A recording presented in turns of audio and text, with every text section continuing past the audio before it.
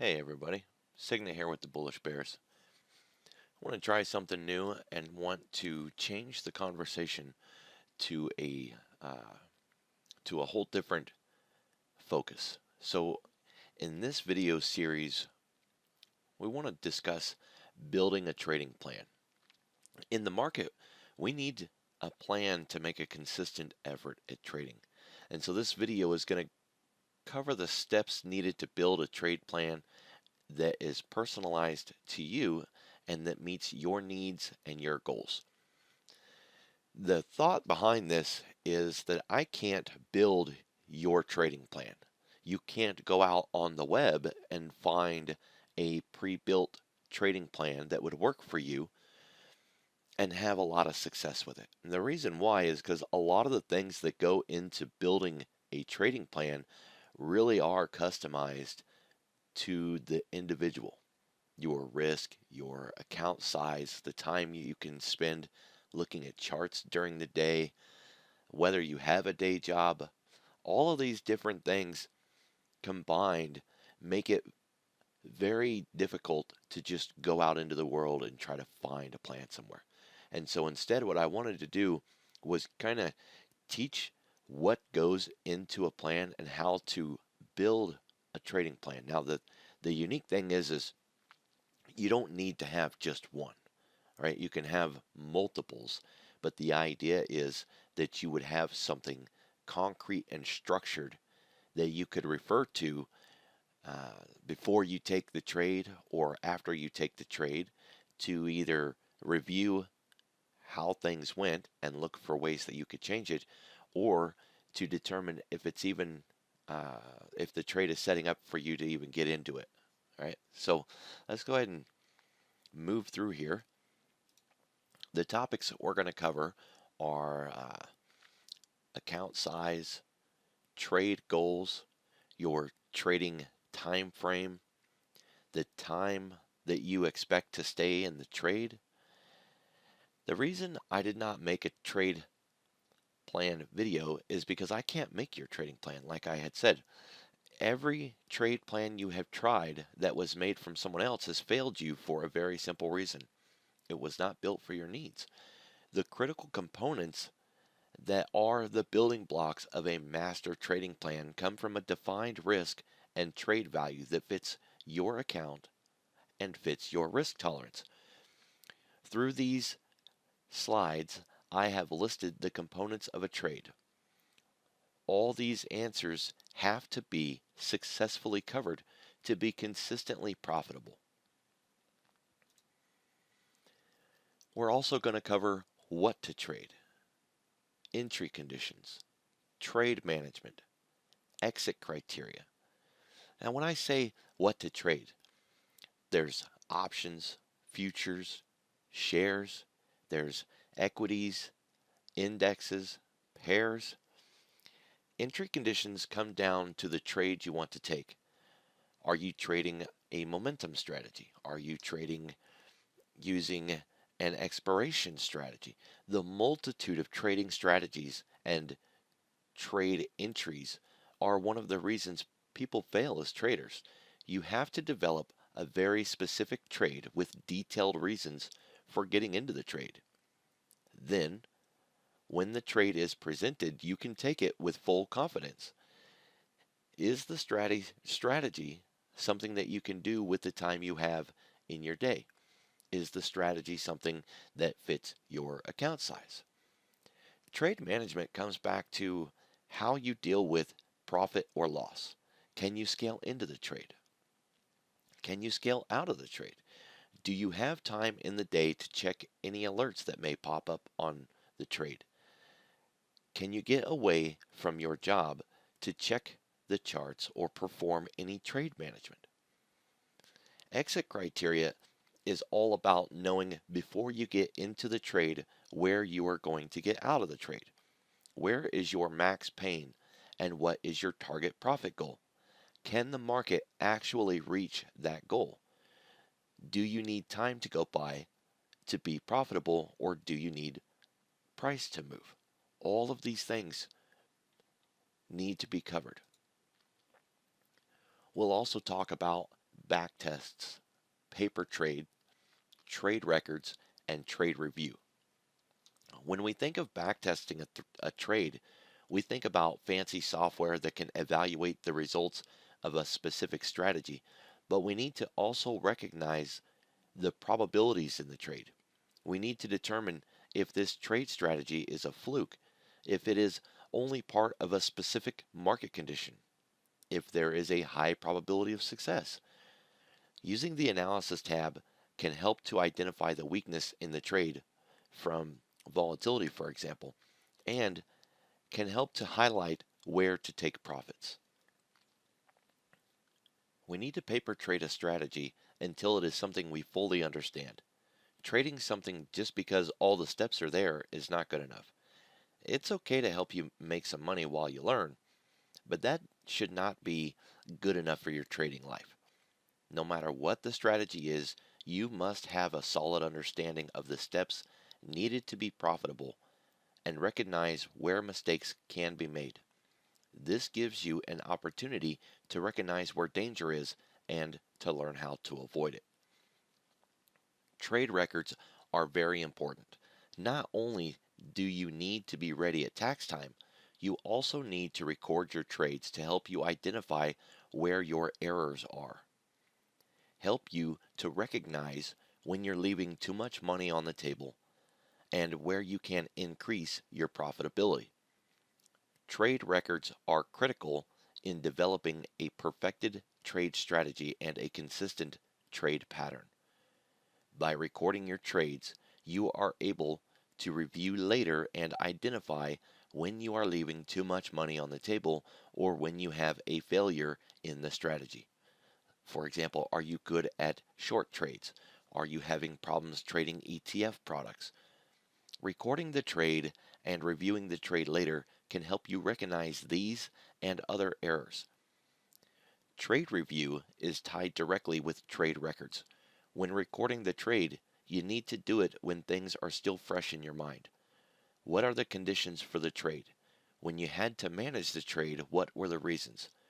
By recording all the things that are important, it makes the review process more thorough.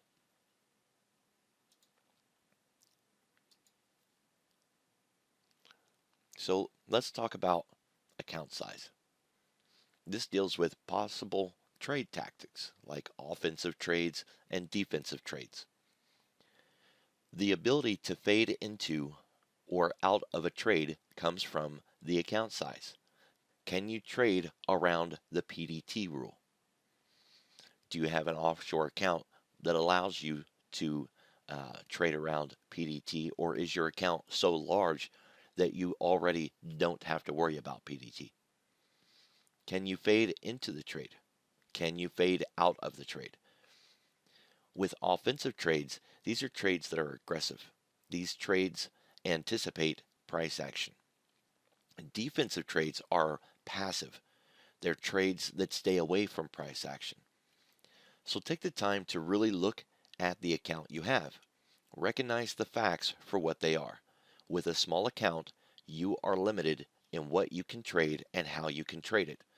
Recognize those limitations that you have with a certain account size and avoid trading or even evaluating trades that are outside of your limitations. This can help you focus on trades which are inside your limits, and it can save you time and effort in locating and developing a trade. With small accounts, capital preservation is number one. Before all else and above all else, keeping the account safe and protecting the account is number one priority. The reason for this is simple. If you fail to protect your small funds, you can easily lose all of it. Defensive trades involve options trades that stay away from price action. These are trades that do not need a move in price to make profit, and these are trades that rely on time to make profit. Offensive trades take the opportunity to trade with price movement. Momentum plays, measured move trades, and seasonality trades. Trade goals: income, retirement, capital growth. Income is looking to develop a trading strategy that would create an inventory of products which pay you through time. These are passive trades and they're very slow. Retirement is looking to invest, looking at long-term trades, or otherwise take large trades with a big picture perspective. These are also slow and passive. Capital growth is looking to increase your trading account to develop a larger account. This type of trading can include passive and aggressive trade strategies and can be offensive or defensive. It is the most versatile but also the most volatile. Trade time frame. How much time can you spend at the computer? Do you have intraday freedom? Day job. Trading time frame is when you can be trading. Intraday freedom circles back to alerts and notifications of chart activity and trade management. Day jobs are critical in trade time frames. Build a strategy that fits your day job. When you're looking to develop a trade strategy, you have to be aware of the maintenance required for that type of trade. Do you have the time or the freedom to manage a trade? Can you get away to get into trades as they come up in the trading day, or are you limited to off hours for trade entries? In the trade strategy that you want to develop, does it fit into your life? Can you give it the time it requires? Time in the trade. Intraday swing, trade positioning, and investment. Intraday swing trades are for short-term aggressive trades for small target profits. Swing trades are for short to mid time frame trades with mid-size target profits. Trade positioning is for portfolio inventory and strategy price placement. Investment is for capital growth and long-term capital management. Intraday swing trading can be a variety of different trade, like day trading, and it also has the perspective of holding overnight if the trade is still producing profits, or it's not yet profitable but it's still a good trade, or if it's a timed trade. Swing trading includes passive and defensive trade strategies and is good for people who cannot get away during the day. These trades can be anything on the market: futures, options, stock shares. Trade positioning is unique to something personal I developed, which uses specific criteria to place trades in a safe location and which you would look to hold for a very long time. While it is a duration trade, it is one that needs to be maintained and rolled a few times a year. You would look to create an inventory of these specific trades with a long view on what the market is expected to do for the year or for 2 years. As a credit spread strategy, this is one of my favorites. Investing can be a bit time consuming at first, but this time can be managed to weekends and evenings. The goal of this trade strategy is looking for a small company which is growing, looking at a solid older company which has been in a funk or in a downtrend, looking at seasonal market that is turning around, or any other single objective trade in a market that is turning around. Company stock shares, company stock options, ETF shares, ETF options. What to trade out of all of that? When developing a trade plan, what to trade becomes important. Companies have earnings that make them volatile. They can move on their own against the overall market, and this offers some choices when looking to take advantage of contrarian perspectives or to trade a standout market. There are a lot of different strategies that take advantage of a company's momentum. But ETF products are unique on their own. They can represent the entire market with indexes, or they can represent certain sectors of the market. Developing trades based on seasonality, based on hot sectors, or even just focusing on sectors that are the worst performing can be beneficial in the trade development process. Defensive trades, for example, may look at avoiding price by focusing on ETFs in a sector that is falling due to tariffs or trade war media. What to trade to: stocks or options, futures or futures options. When building a trade strategy, think about ways to increase your trade profits without increasing your risk in a single market. Some examples would be trading an inverse product. If you go short on the VIX, for example, perhaps you go long on the S&P. If you go long in banking, perhaps go short in the bonds. Inverse pair trades are a great way to increase your profits from being right while not increasing the risk in a single trade.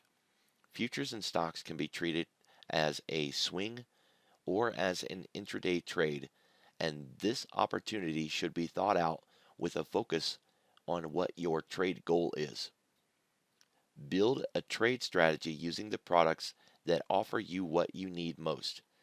Be realistic and be honest. Markets offer different types of risk. Recognize where that risk is for the type of product you want to trade. Sector ETFs are a great example of a small product that can be traded with a variety of strategies. A lot of ETF products are slow movers and very liquid. They are often range bound and present completely different strategies than equity products. What you want to trade is important to establish solid trade criteria. Entry conditions. Will you use scans? What's the frequency rate? What signals? When thinking of entries, it's important to understand the mechanics for the trade. For example, I use a moving average bounce entry, which gives me a trade opportunity in all market conditions, on all market products, and for any size account. Remember that in this video, we are walking through the steps for building a personal trade plan. You can and you do need many plans to trade many different ways.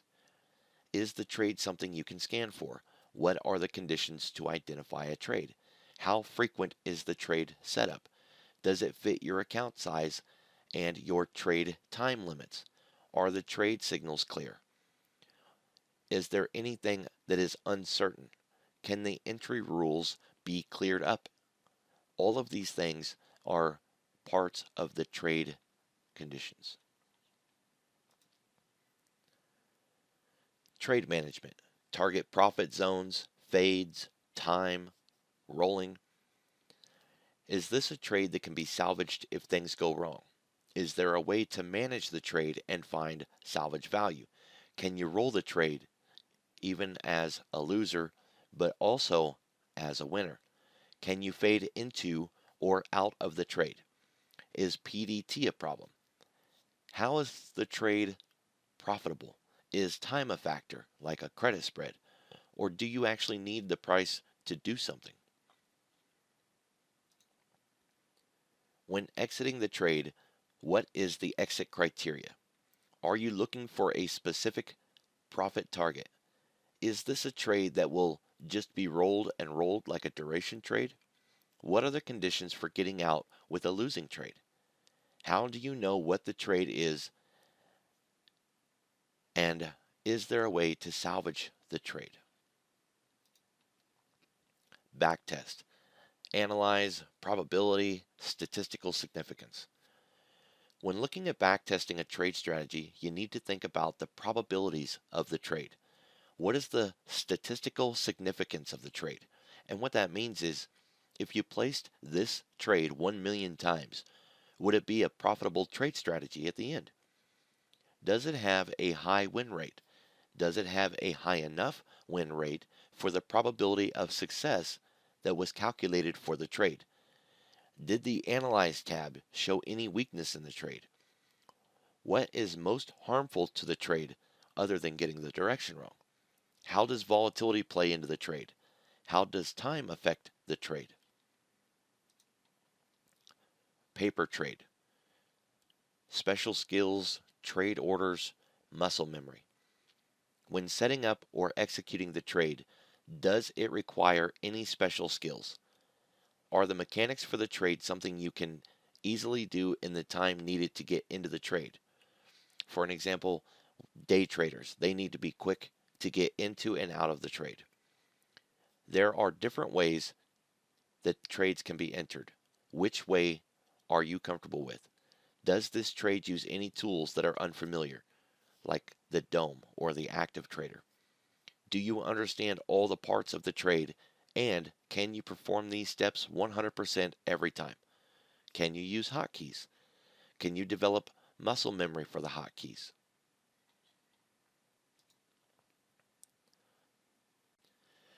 All right, so I know that I ran through that kind of fast, and it might not be sinking in yet, but you get to watch this video a lot. I'm going to upload a the slideshow that I used so that you can have them. Um, I will present videos going through these different topics in more detail. I just can't pile all of it into one. All right, there's a lot of topics, there's a lot of things that go into building a trading plan, and I can't have a 5-hour video, right? But real quick, let's kind of just talk about a few of the things in there, like account size. I know, I know that that seems really obvious, right? If you don't have $25,000, then you're going to have to worry about PDT. So day trading is not something that you can do all the time, but it's still something that you can do, right? But then account size also matters because if you can't scale into or scale out of a day trade, you're really kind of limited in the type of day trade that you can take. Still doesn't mean you can't day trade, right? There's a lot of different strategies like a gamma scalp with options that you can do on an intraday basis. It's a day trade, and if you do one of those a day, then obviously you could day trade, right? Because by the fourth day you would have reset your you'd be having a PDT day every day. So just take the time to be fair and be honest with yourself. Look at the account and ask yourself, is this enough for me to trade effectively? All right. I gave up on day trading for the most part because I keep a small account. Now, that doesn't mean that I don't take an opportunity when it presents itself. Of course I do. If I see something that's absolutely ripping and it's got a good setup, I'm going to take an opportunity on it. But I don't spend day after day after day hunting for a day trade. I set that aside and I recognize I don't have an account that's going to let me do that. Even when an opportunity presents itself, half the time I don't have any funds free because I've already got them tied up in swing trades, right? And so I just recognize the cold basic fact that I just don't have an account that I can day trade with, right? And that means I get to set all of that aside. And it means I don't have to waste my time looking for something that's taking a momentum play, right? I don't have to worry about what's popping today or, what low flow, none of that stuff. And that means I eliminated a ton of work right there, right off the top. And then take a good hard look at your trade goal. What is your goal? Are you just trying to uh, grow an account? Or are you working on your 401k or your retirement account? Are you um, are you dealing with an investment? All right, what's your goal? And that might sound very strange when you talk about trading, right? When you ask somebody, "Hey, what's your goal in trading?" My goal is to make money, right? So it sounds very funny. What's your goal? You want to make money. But I'll give you a real life example of a goal with trading. So for an example, I wanted to open a futures account, but I didn't have the money to do that. So what I did is I opened up a $500 Robinhood and I started trading options in that $500 Robinhood account until I grew the account large enough that I was able to trade futures. And when it got large enough, I withdrew the money out of Robinhood and I opened up a futures account at Ninja Trader. Now, I couldn't just get the money, I needed to earn it. So I opened up that Robinhood account for the express purpose of growing an account. And the reason it matters, the reason your trade goals are important is because what is the time frame, right? And in the example that I was just talking about, I was in a pretty big hurry to get to futures trading. I wanted my account. And so the trades that I was taking in Robinhood were very small, very fast, very safe turnaround trades. They needed to be safe because it was a very small account. I could not risk um, a lot of losses, right? So very small, very fast turnaround trades. That way, maybe I was taking a $20 profit trade and I would do, you know, 3 of those in a week. That might not sound very fast to you, but to me, if all I have is a $500 account and I want to take trades that are very safe, and in the current market environment, which right now we're in the middle of a trade war and we've got tariffs and China retaliation and the market's all over the place, being able to make $60 in a week on my account, I was very happy with that. And, no problem whatsoever because I didn't need a fortune to get to my futures account. I just needed a specific size. So quick, fast turnarounds. It's a small account. You know that I was happy with the results. But that's what you got to focus on. What is your goal? What is your time frame? Right? All of that matters. But be realistic and be honest with yourself so that you can recognize what you really need to focus on and what you can quit focusing on so that you're not spinning your wheels or wasting your time looking at stuff that you can't trade anyways.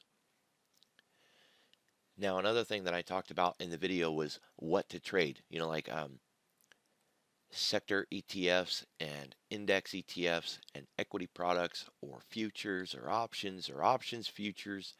It really matters. It really does. Uh, if you go and you look at what the market has gone through lately, and here's SPY right now. When we were in this market environment, I was trading everything, everything, because we had these nice, clean price moves, good pullbacks to the moving average. You could trade just about any product you wanted. When that ended and we got into this mess, I gave up on equity products. I wasn't looking at Facebook and Microsoft and none of that stuff. I swapped over to sectors, right? So something like XLF, XLE, things like that, right? And uh, I moved away from products that were just getting hammered in the market. And these trade really small, but they also trade really slow. And they do get affected by the market. You can see this has the general shape of SPY overall, but it just gave me an opportunity to trade something that reacted different, right? If you look at something like this or something like SPY, and then you go and you look at something like, oh, I don't know, let's look at Facebook. You can see that this looks nothing like the market, right? And yet, look, nice, clean price moves, just like that. You see how we're looking for this? We're looking for a trending market. What we were wanting to avoid in that time frame was something that looked like all that chop, all of this. We had to get away from that, right? And so I got away from the indexes, right? If you look at IWM at that time, same thing, chop. You look at the Qs, it was the same thing. It was chop. We had nothing there, right? So we just stepped away from it, went to something else. So when you're building your trading plan, take a really good look at what kind of market conditions we're in, what kind of market conditions you need to trade the certain product that you want to trade, right? And then once you have that recognition, you can set a plan aside, right? Like when I was trading SPY or the Q or IWM, When we were in this market, I was trading that plan, but when that market ended, I set that plan aside and I came up with a different plan, right? Because I needed something that would deal with this. Now, I didn't have something that could deal with this, so my plan changed to just trade something else, right? To look for something that had the same kind of trend that I was looking for. It's a downtrend instead of an uptrend, but it's the same trending pattern. A market down, a pullback to the moving average. Down, pullback to the moving average. It's the same pattern, right? Because what I wanted to avoid was all of that chop. I needed to get away from this mess. So it really does matter what you're trading, right? We also talk a little bit about trade management. You have got to figure out how to trade a distance, right? Getting out early, not letting your runners run, that's one of the biggest problems that traders make. They let their losers run, thinking it'll turn back around, and they take big losses. And they stop their runners that are profitable early because they want to get the money off the table and they're afraid of a turnaround, right? The opposite's what we have to work on. We have to make sure that we know where to get out of the trade when it's a loser to limit the loss, and we need a way to let the runners run, right? And the way that you do that is, one, by having a fade so that you can take profits at different targets, right? Maybe you take profit at 15%, 20%, and then 25%, right? Maybe you exit a loser if it crosses 30%, right? Whatever your criteria is, you have to have a win rate that matches your probability, right? And I'll give you a really great example of that.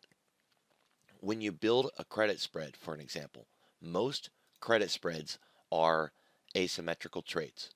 Now, if you don't know what an asymmetrical trade is, if I build a trade out of the money or in the money, it's asymmetrical. I'm risking more than I'm collecting, right? So here's a 49-cent trade and it's $2 wide. So I have the potential here to make $50. We'll just round that up to 50.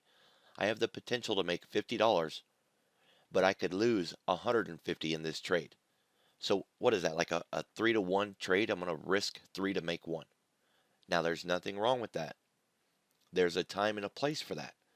And if I built it the other way, it would be the same thing. It's asymmetrical, right? In this one, let's just go a little further out so we can make it, there we go. So in this one, suppose I'm collecting $150 in credit. My loss on this would be 50, right? So now I'm risking 1 to make 3. It's still a 3-to-1 trade. It's just the other way around. It's still an asymmetrical trade though. So where I'm going with this is, if you build something that has a high probability, like a credit spread, it's going to have a low payout. And if you build something with a high payout, it's going to have a low probability. The reason that is important is because if you go in a credit spread and you build it way out of the money, this credit spread, it's a $200 trade, and I'm only collecting, we'll just bump that up for either math, I'm only collecting 20 cents.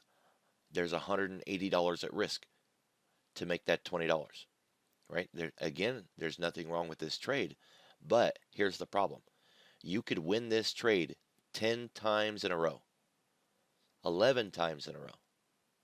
The one time you lose, it's going to cost you all your winnings plus some, all right?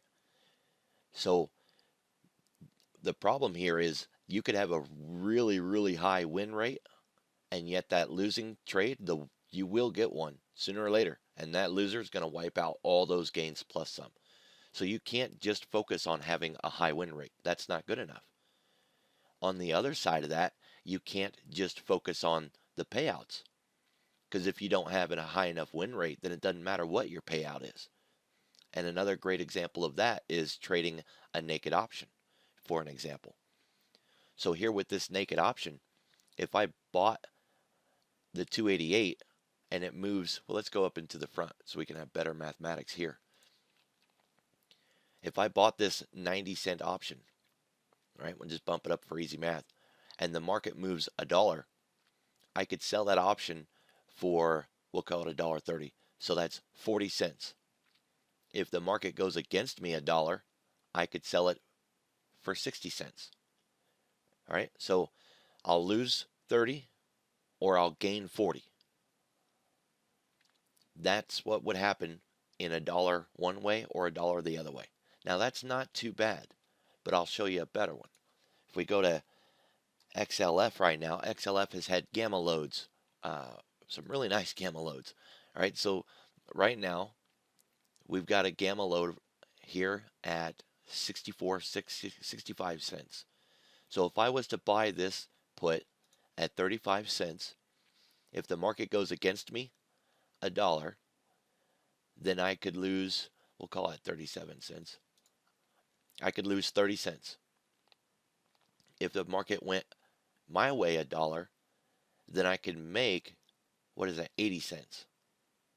All right, so risk 34 to make 80, right? Risk 30 to make 80. That's a good trade right there. You could put this trade on over and over and over and over again. You could lose twice, and that third winner will pay for your losses plus some. All right. Now you can build them better than that. You know, the different opportunities come along, but this is a trade that you could win less than you lose. You could win, you know, you could lose more often than you win and still be profitable. So your win rate does matter, but so does your risk reward ratio, right? Your win rate, all of that thing combined. So when you're building your trade strategy, take a really good look. What's the probabilities of success? Are you building an 80% probability trade? And if you are, then what is your payout? What's your risk reward ratio? If your win rate isn't high enough to sustain the risk reward ratio, you got to adjust something. All of that is a part of the trading plan, right? And we're going to go through all of those things in different videos. Like I said, I can't put all of them into one, right? What I wanted to do in this video was introduce all the topics that are important in a trading plan and all of the things that we need to look at in a trading plan so that you can start to take the time to really sit down, look at your account, and start to ask those questions. And then start to think about trades. So what is your trade entry? Where is your max pain? How are you going to roll it if it goes against you? What's your criteria for getting out? All of those things, you got to have it written down and formulated so you know. And a really great example of that is I trade the moving average bounce, right? And this is my watch list that I use every day. I go through it every day. I go through this entire list. It doesn't take me very long because if I don't see the moving average bounce setup, I just go to the next chart. Now, granted, I'm only looking at the moment at day trades, right? I'm looking on the daily chart for a swing trade. But this strategy can be used on the weekly chart, the monthly chart, the intraday 30-minute chart, 5-minute chart. It works in all time frames. It works on all market conditions, going up, going down, going sideways, equity products, futures. It doesn't matter what it is. This strategy works on all of it. And that's why I like it. But it's not the best strategy out there. There's so many better strategies than this one. But with this setup, I can go through my list just very quickly, just jumping right through the list. Boom, boom, just going, just look right there. We had a bounce on the 34 moving average, and now it's recovering on and heading up. All right, just that quick. I can go through my list and be done in less than 30 minutes. If I don't find anything, if I'm hunting for a trade and I don't find anything on the daily, I can swap over to the 4-hour and start all over again. And I can go through the list again looking for a trade setup. When I do that, all I do is change my target profit zones. And that's another thing that we really got to focus on and get people to be realistic about what you can expect in your profits. The biggest names on Wall Street, they brag at 20% gain on the year. The biggest names in Wall Street, Morgan Stanley, all those guys, all the big dogs, they brag that they can outperform the S&P and make 20% profit on the year. They can give you a return on your money at 20%, and they're bragging. So what makes you think that you're going to outperform them consistently? If you're a new trader, what makes you think you're going to get 65, 75, 85% profit consistently, day in and day out, all year long? What makes you think you're going to knock it out of the ballpark and hit over 100% profit consistently? No, you've got to be realistic. Those opportunities might come along, and there's nothing wrong with jumping on it when you see it. But those are rare, rare, rare, rare occasions. You've got to be realistic about your goals. You've got to narrow down your target profits. If you're having a problem right now with a lot of losing trades, take a really good look at why you're losing. Are you using stops? Why are you using stops? Is it because you can't handle markets going against you very much? If that's the case, it's probably because you're trading too big. Are you trading too big? Are you taking trades that if you took a max loss, it would wipe out your account or severely cripple you? If you are, you're trading too big, right? You shouldn't need a very, very tight stop. There's a lot of people who won't trade without a stop. If you're one of those, fine. Take a really good look at your trade losses and ask yourself, would it have been a good trade if you had not gotten kicked out by your stop? If the answer is yes, ask yourself, why did you set your stop so tight? All right? I don't trade with stops, but I don't have a problem with people who do use stops. Just recognize that those stops, they work. They'll kick you out of a trade, even if it's a good trade. Most of the people who are using stops are using them because they're trading too big and they're trying to protect themselves from a small downturn in the market. The problem is you need to give the market room to move. And so if you're trading so big that you have to have a tight stop, you're going to get choked out of your trade again and again and again, and you're going to continue to lose trades. All of this is just the broad outline of building a trading plan. But you now have things to start focusing on. Don't wait for me to come out with the next video before starting to do some of your own homework. Almost every topic on this list has material at the Bullish Bears website.